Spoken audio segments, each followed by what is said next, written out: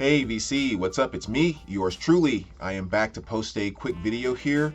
This is going to be the next video in the Ask Mr. Hall of Fame series, where you guys ask me any questions you want about anything, music, personal, or whatever else, and just really kind of give me the opportunity and the pleasure of the joy, quite frankly, of being able to answer them and interact with you guys.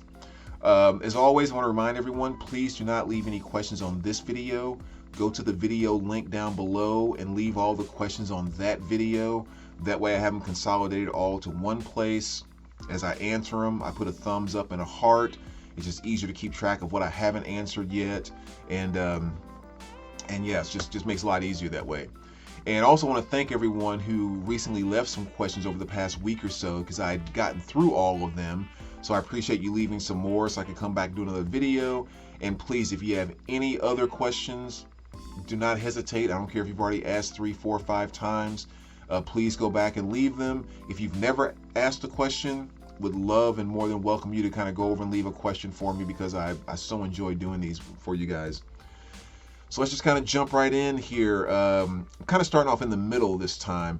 So we're going to start off with, is it Charlie or Shali? I'm not sure how to pronounce that, but I'll say Charlie 10. And the question is, how do you deal with the stress of moving your collection and moving in general? I'll be moving in June and my anxiety has already started. Thanks.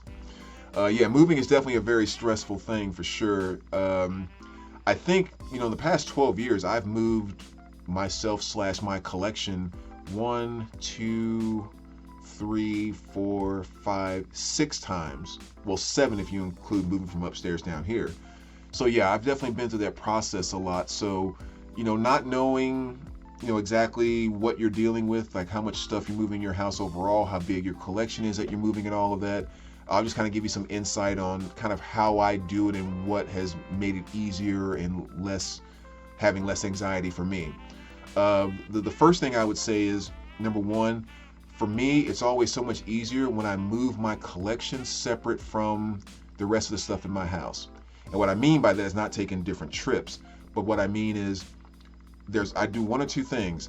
I either start boxing my collection and packing everything up, and I do not start messing with anything in the rest of the house until I pack up my entire collection, or I start messing with the entire rest of the house and I'm not touching my collection until I'm pretty much done with most of the rest of the house. But I never do the back and forth of pack up a few records, then go deal with the kitchen and then go deal with the living room and then come back to the music room. Like, something about that brings anxiety to me. And I think it's just kind of that thing of, well, I don't want a few boxes of records and then someone puts a couple boxes of towels over there, and then there's some dishes that are put there too, and wait a minute, are these all the records, or are there some boxes that are over? Like, that whole thing is one of the things that would bring me a lot of anxiety. So I get those small U-Haul boxes. They have a small, medium, and large. The small U-Haul boxes fit vinyl records absolutely perfect and fits them really tight. It makes like a little brick when you fill it all the way up. There's no room to move left, right, up, down. Great way to move records. I'll pack all of those up, and I have like 30 or 40 of them that I've just kept over the past 8 or 9 years, because I know the next time I move, I'm going to need them. They're sitting up in my garage right now. I've used those same boxes so many times. But I pack up all my records and I pull them off the shelf in order, of course. So I pack the box and I'll label it box number 1. And I may put some details about what's in there, metal or blah, blah, blah. Box number 1, set it over in the corner. Pull out the next, box number 2, and just label them all the way up. So eventually I'll have just this nice, like, perfect stack of boxes sitting over here in this corner. Then I do the same thing with my cassettes and CDs. And, I may use like regular, just whatever boxes I find for those. And since those oftentimes don't fit perfectly, I'll stack them in order so I can take them out, label them the same way. But then for the gaps and everything that may be there, the clothes you're going to be packing and moving anyway, go grab sweaters, t-shirts, and everything else, and use them to fill in the space within those boxes to keep the CDs and cassettes and everything tight so they don't move around or shift or get out of order. Tape those up, number them, go stack those right there with the records. So by the time I'm done with everything, there's just a nice, very neat stack of boxes right over here that I know that's my collection.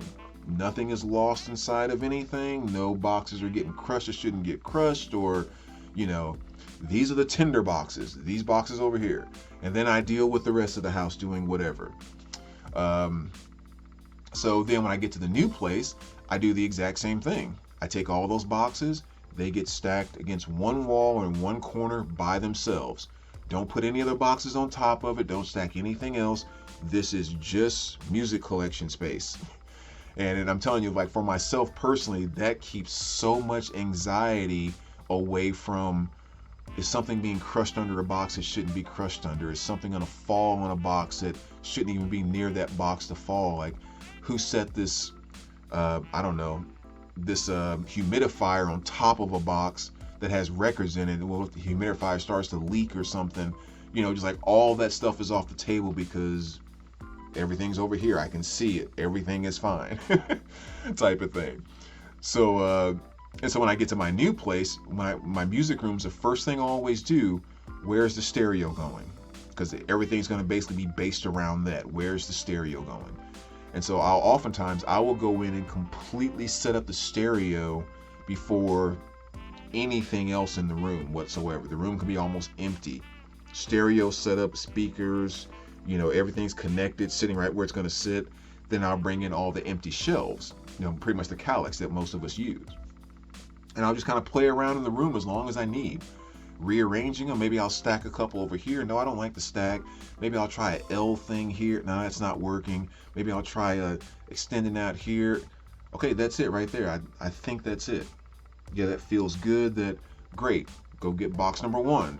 Start unloading. Box number 2. And then just kind of go through that process. So those are the things that I've found to make it easiest, is just keeping it separate. And then you're never freaking out or worrying, is there something sitting on a box that shouldn't be sitting on it, leaning on something that shouldn't be leaning on, spilt on something that shouldn't have anything spilt on it. Completely takes that anxiety out. Also, depending on where you're moving, I don't know if you guys are planning on like moving yourselves, or again, what your situation is.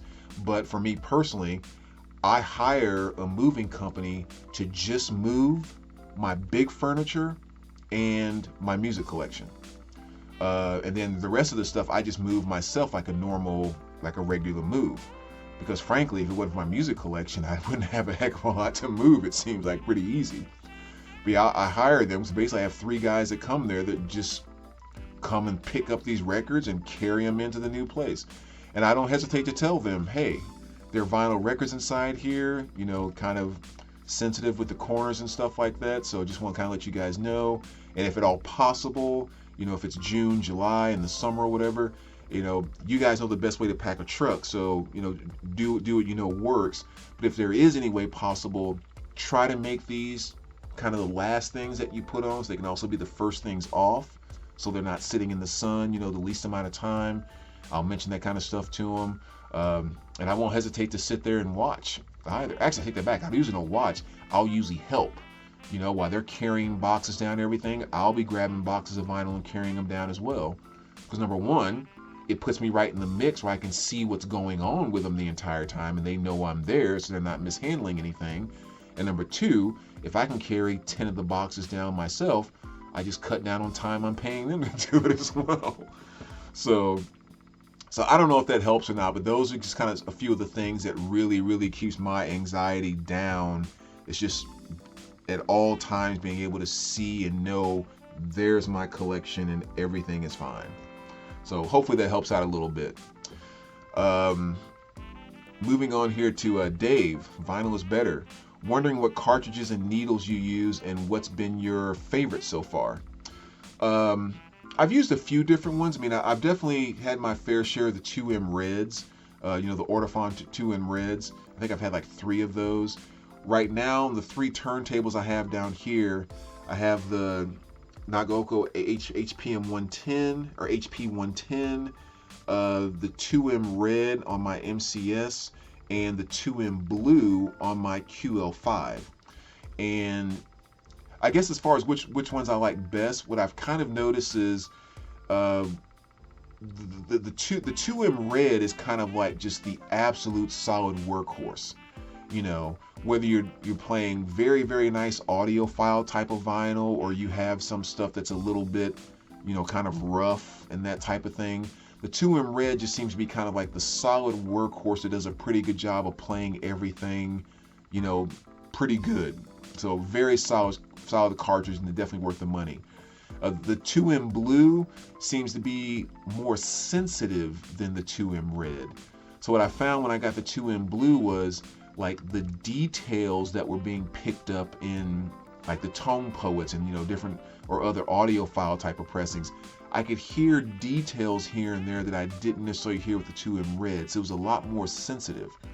But at the same time, I also kind of noticed that it could be more sensitive if you're playing like dirtier records or records that aren't maybe quite as clean, maybe just a little bit on the rough side. It picks up those rougher details too. So it's just more sensitive to whatever your records are like. So yeah, that's really kind of the differences that I found between the two. So if you're someone that doesn't care as much about condition with your albums, or, you know, an average VG plus on a regular basis is perfectly fine with you and that type of thing, and you don't really clean your records that often and all of that, then the 2M Red would be the one I would definitely suggest. If you're looking for more detail, you do have, you know, cleaner audiophile pressings, things of that nature. I think the 2M Blue is definitely worth the slight $100 upgrade from the 2M Red to pull out that extra detail. But both fantastic cartridges. You're not going to go wrong having either one. The HP 110 is very similar to the 2M Red to me, just in terms of quality and sound and that type of thing. But I've literally been happy with all three of them, so I would not hesitate to recommend all three or buy either one of the three again. So haven't quite gotten to the stage where I've been able to get to like the 2M Black and stuff like that, but, you know, maybe one day if that kind of money starts to come in. So let's see, yeah, 12 minutes. Let's go one more question here. Let's see, DJ Sneakus Retro Stop Off says, hi, back again and on your questions and queries section. I have one fun question. Well, it wouldn't be fun if it happened, but if you did have a fire and you had the chance to get you had a chance to get out quick and take only 3 of your vinyl with you, which 3 would you take and why those 3? All right. So I'm kind of cheating here a little bit on the first one here, but it's, in my mind, it's one item. And it would be, number 1, David Bowie, 5 years, 1969 to 1963. This is the box set that has just, you know, all of his first albums with Ziggy Stardust, Hunky Dory, and just all that great stuff. You know, again, I just absolutely love this set. I mean, Pinups, Aladdin Sane, just awesome albums inside of there. And as you can see kind of in the back, you know, I love these box sets. I've gotten every one in the series so far. They're just so high quality. They sound fantastic. I've never been disappointed with a single one. I've never had a single quality control issue. And between all the box sets, there's probably close to, like, what, 70 discs or something like that? Never had one that's come with a mark, a little scuff, a paper scuff, or just like perfection every single time. And this very first one is definitely one of my prized possessions in my collection. You know, definitely one of the most valuable pieces in my collection too. So between loving the music, the value of it, and everything else, this is definitely one that I would grab running out the door. The other 2 that kind of came to mind would be this one here, which is Dido, Life for Rent. Another just really kind of fantastic album. This came out in 2003. And this is I mean, just an awesome pressing of this, and it has not been reissued. It's really kind of a hard album to get, quite frankly, but it's definitely my favorite Dido album. I love it to death, and it's a fairly rare one too to get your hands on, especially one that's in like absolute mint condition like this. So this is one I would definitely want to keep because I just feel like it'd be very hard to replace. I've actually had 4 or 5 people on Discogs that, I mean, I'm not selling it. They just have contacted me because they saw it in my collection and was like, is there any way you would sell that? I'd be willing to offer this much for it. And I'm like, nope, sorry, cannot do. So that's one I probably run out with. And the third one I'm going to put on the list, why is my camera going all funky there? The third I'm going to put on the list here is Godsmack. And this is their self-titled album. And as you can see there, I got this signed by Sully back in 2012 when I met him at a Halloween haunted house, actually. And so, I mean, it's already a rare album anyway, but, you know, my favorite band signed by the lead singer, like, there's no way I could leave that behind. So that would definitely have to be one to go to, because my favorite band, what can I say? So those would probably be the 3 that I would snag and jet out the door.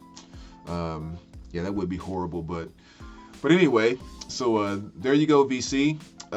Again, thanks for all of the questions. I really appreciate it, guys. And please go over there, leave more.